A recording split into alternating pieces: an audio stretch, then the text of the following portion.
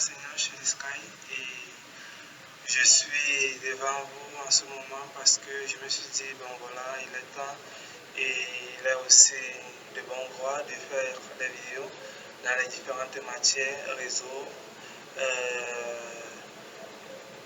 développement, programmation web, base de données pour les étudiants de BTS 1 et BTS 2 en ce qui concerne ma matière. Alors déjà ce qu'on va faire c'est quoi? Nous allons introduire la notion de base de données pour les étudiants de BTS 2, cours du jour comme cours du soir. Et puis par la suite les autres vidéos viendront où nous continuerons avec les cours et nous essayerons directement à travers ces cours de faire également les TD et les TP. Alors déjà concernant l'introduction base de données, ce que nous allons voir c'est quoi? Nous allons essayer de voir pourquoi utiliser une base de données, définir aussi l'objectif des systèmes de gestion de base de données. Nous allons également essayer de voir le niveau d'abstraction de données, d'étudier les méthodes de modélisation d'une base de données, le modèle de structuration de données, ainsi qu'une structure globale du système de gestion de base de données, si jamais le temps nous le permet. Alors, déjà, pourquoi utiliser une base de données?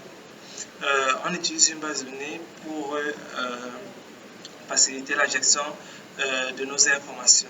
Donc, que vous soyez une entreprise, que vous soyez une organisation, vous aurez toujours à manipuler les informations. Donc, faciliter la gestion et la manipulation de ces informations vous sera utile et alors vous serez obligé ou alors appelé à utiliser des bases de données.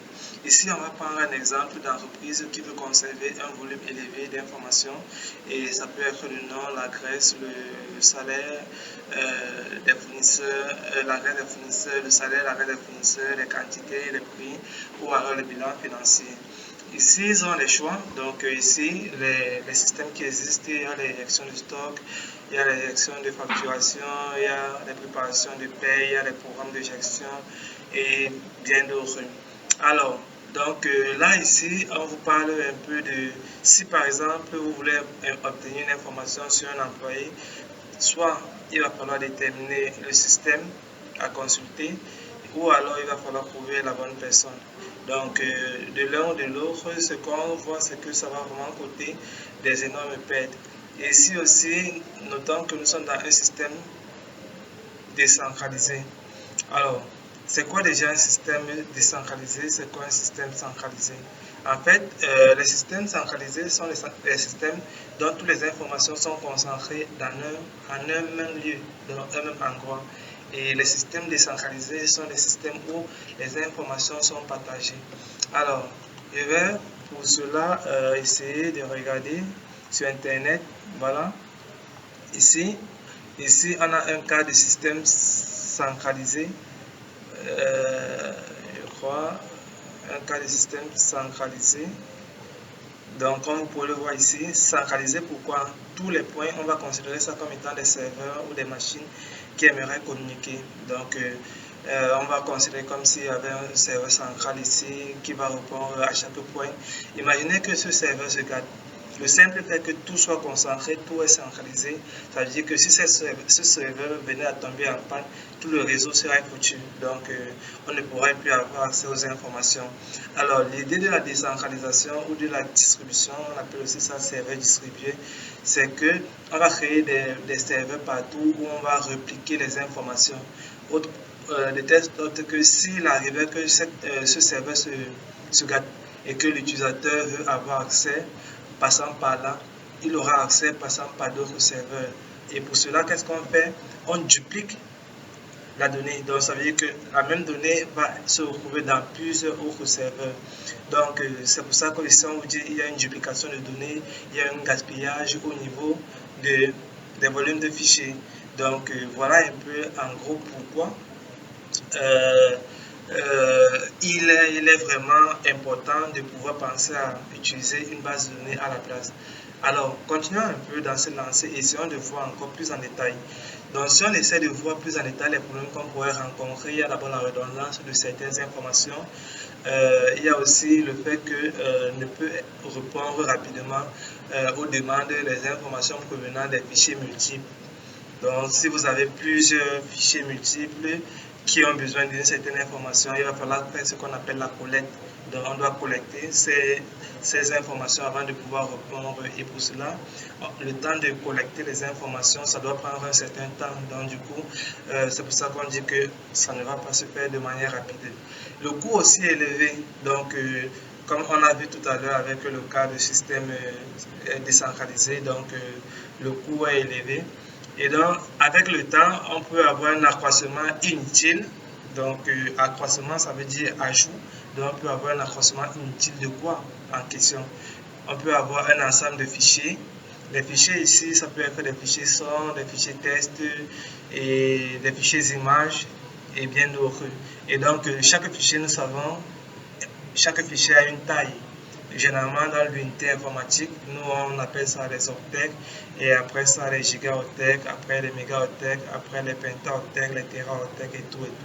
Il y a un temps d'accès. Pour avoir accès à une information, il y a un temps que le système va vous demander pour pouvoir avoir accès à ces informations. Et ces informations, ou alors ces systèmes ne dérivent pas de nulle part. Elles sont codées par des programmeurs. Et donc, chaque système peut être programmé ou alors peut être codé avec des langages différents. Et donc, cela aussi constitue aussi un inconvénient. Pourquoi? Parce que en fonction des langages,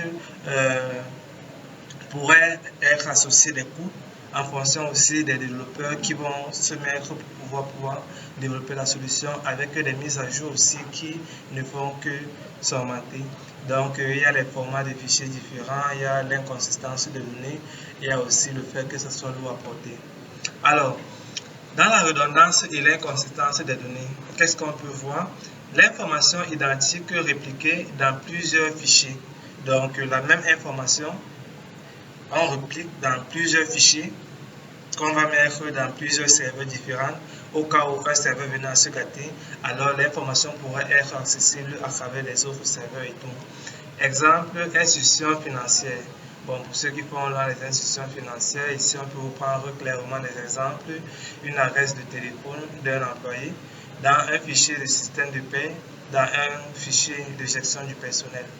Aussi, dans l'accroissement inutile, comme on avait cité plus haut, on peut avoir les tailles de fichiers, et on peut aussi avoir le temps d'accès.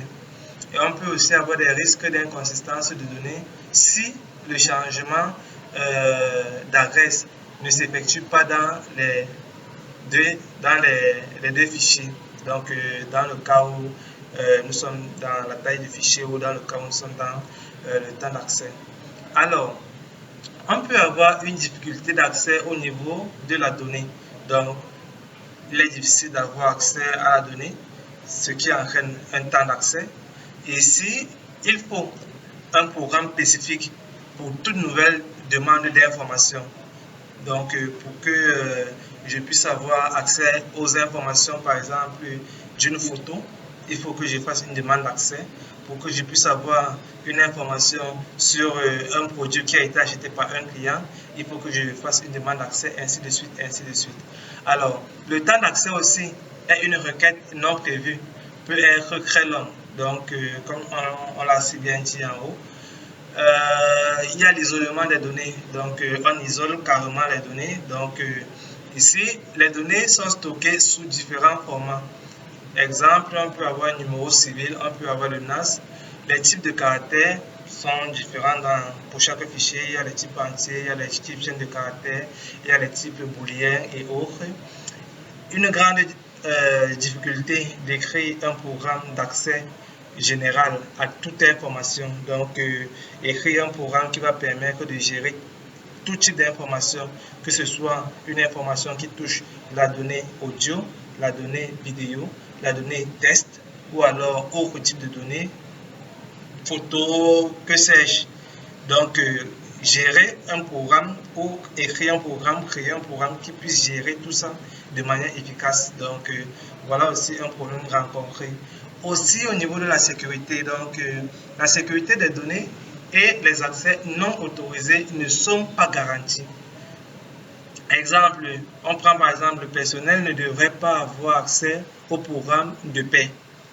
Pourquoi? Parce que si un personnel a accès à un programme de paie, alors ce dernier pourra facilement modifier ces informations. Et s'il modifie ces informations, ça veut dire qu'il a touché à ce qu'on appelle l'intégrité du système, qui prévoit que la donnée ne doit pas être modifiée, ou alors ne doit être modifiée que par des personnes ayant des accès, ou alors ayant des rôles, donc ayant comme on dit souvent, des attributions, des autorisations de la part de l'application. Donc vous pouvez le voir ici, intégrité des données, il y a la difficulté de composer certaines contraintes.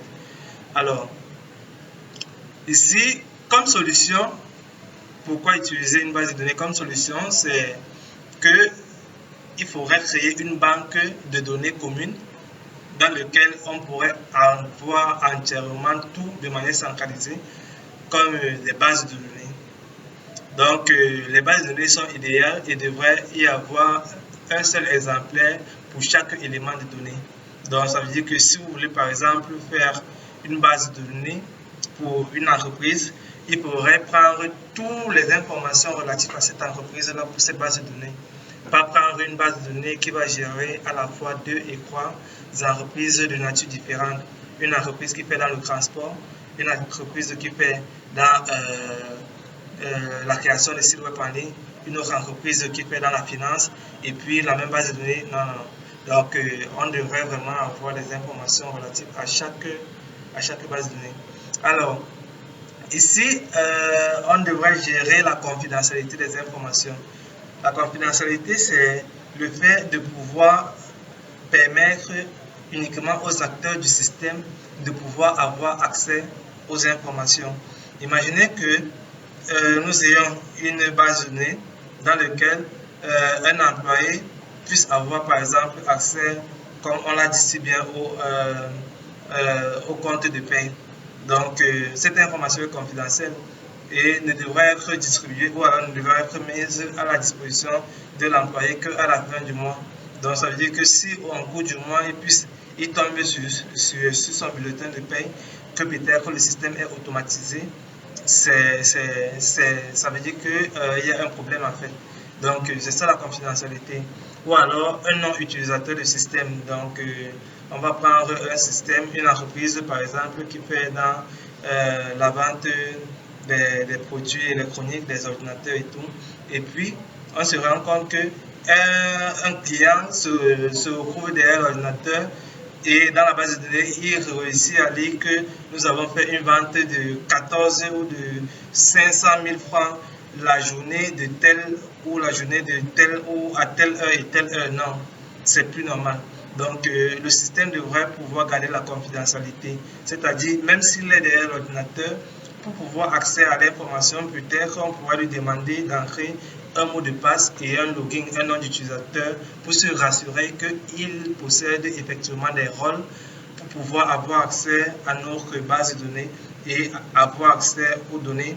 Et ainsi, on pourra dire, OK, là maintenant, il n'y a pas de confidentialité. Pourquoi? Parce qu'il est un acteur du système. Donc, logiquement, il devrait être capable de pouvoir voir ces informations-là.